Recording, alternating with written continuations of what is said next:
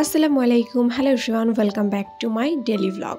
ইলিশ মাছের অন্যান্য রেসিপি যেমন ইলিশ মাছ ভাজা, ইলিশ মাছের ঝোল, এগুলো আমি রান্না করলেও কখনো সরিষা ইলিশ আমি রান্না করিনি নিজে হাতে। সো আজকে আমি সরিষা ইলিশ রান্না করব এবং আপনাদের সাথে সেটা শেয়ার করব। প্রথমেই আমি শিলপাটায় 2 চা চামচ পরিমাণ কালো সরিষা, একটু লবণ এবং 2টা কাঁচামরিচ দিয়ে বেটে নিয়েছি। এরপর আমি কড়াইতে এক এক করে মশলা অ্যাড করছি। আমি কিছুটা পরিমাণে হলুদ, কিছুটা পরিমাণে ঝালের গুঁড়া, কিছুটা পরিমাণে ধনিয়া গুঁড়া এবং পেঁয়াজ, কাঁচামরিচ গোটা করে কাটা অ্যাড করেছি এবং এটা হচ্ছে পেঁয়াজ বাটা। সো এখানে আমি পেঁয়াজ বাটাও ইউজ করছি এবং পেঁয়াজ কেটে ইউজ করছি। এবার কিছুটা পরিমাণে আমি লবণ অ্যাড করে দিয়েছি। এবার রান্নার যে রেগুলার তেল সেটা দিয়ে সুন্দরভাবে হাত দিয়ে আমি এটা মেখে নিচ্ছি।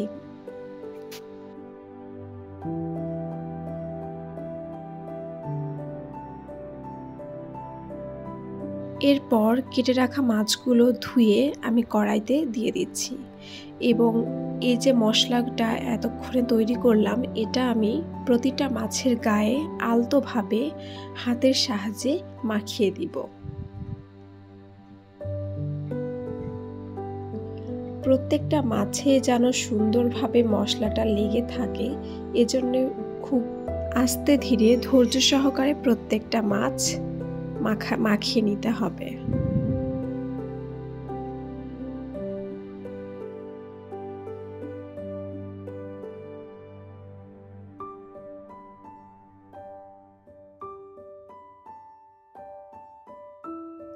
মাছ মাখানোর পরের লুকটা ঠিক এরকম এসেছিল। এই অবস্থাতে দেখতে এতটা বেশি সুন্দর লাগছিল যে বলার বাহিরে। প্রথমবার রান্না করছি, এক্সাইটমেন্টটা একটু বেশি কাজ করছিল যে আসলে খেতে কীরকম টেস্ট হবে। এরপর মশলার বাটি ধোয়া পানি অ্যাড করে দিচ্ছি পরিমাণ মতো। 5 মিনিট মতো ঢেকে দেব। 5 মিনিট পর এরকম ফুটে আসলে প্রত্যেকটা মাছ উল্টিয়ে দিব।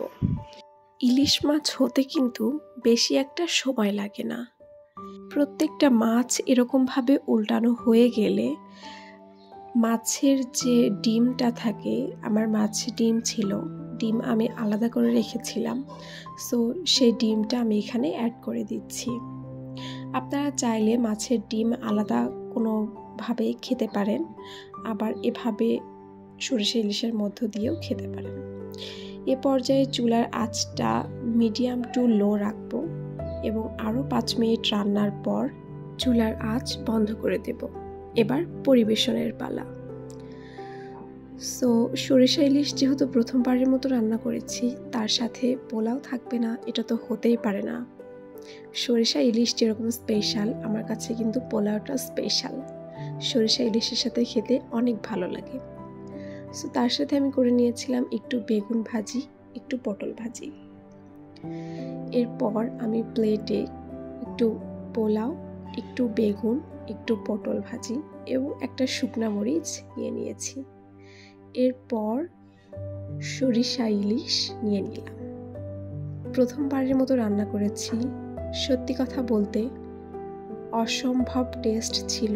আমি যে প্রথমবারে এরকম রান্না করতে পারবো, এরকম মজাদার হবে রান্নাটা, আমি আসলে কল্পনাই করতে পারিনি।